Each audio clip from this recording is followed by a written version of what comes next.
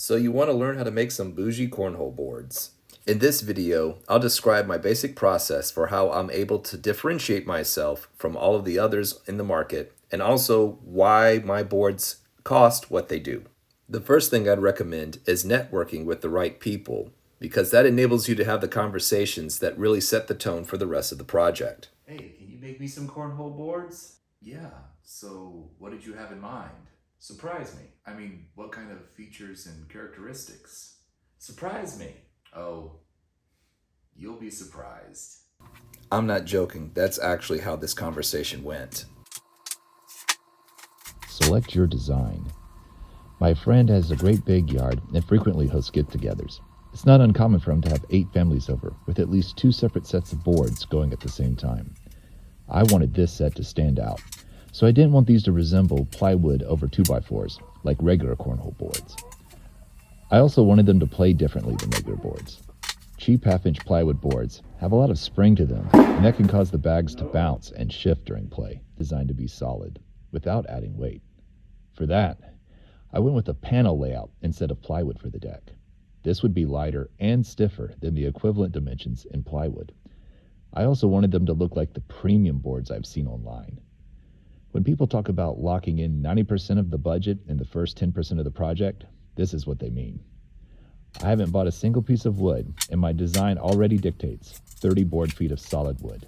At today's prices, this could be $90 of clean and straight white pine, or $420 in walnut.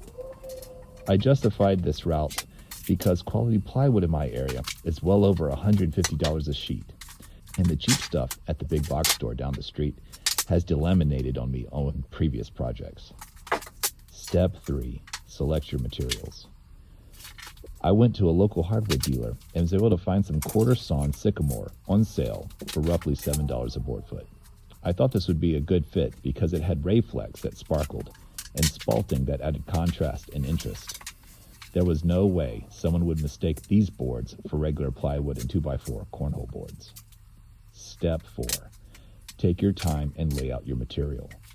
I spent about 30 minutes looking over all the boards to get the best possible sides and effects out of my purchase. I'm surprised how frequently I see friends pay top dollar for something, then just slam it together only to realize that the really cool figuring is on the bottom side of their table. Again, I used the layout of the spalting to really differentiate these boards from other boards I'd seen. Step 5, don't rush the process. I didn't buy a lot of extra material to support this project. Mistakes would have caused me to go back to the lumberyard and spend additional time and money making these boards. If you don't have the time to do it right the first time, how are you going to have time to do it right a second time?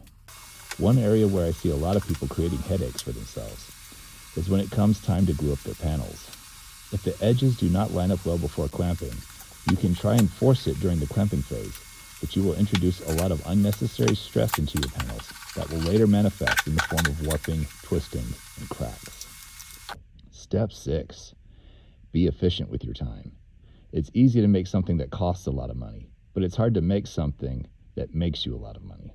I spent 8 hours making these boards, but there's easily 2 hours of fluff in there that was spent just figuring out how I was going to make this design work.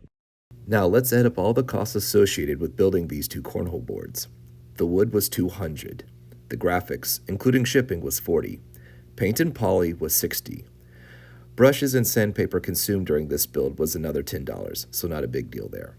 This means I spent $310 on just the materials. Now let's say my hourly rate is average for this area, making it around $65 an hour. 8 hours of work nets an additional cost of $520. Let's say I lean out this process and get it down to just 4 hours. That's still $260. This brings the price of these cornhole boards to $830 as is, or $570 once I've had the chance to build them again and lean out my process. Is that ridiculous? Let's see.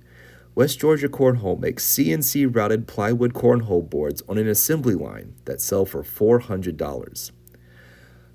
I saw a company online also make cornhole boards that sell for as much as $1,300, and that's not including any bags or other accessories. So with that in mind, $570 for a custom set of solid wood cornhole boards doesn't seem that ridiculous now, does it?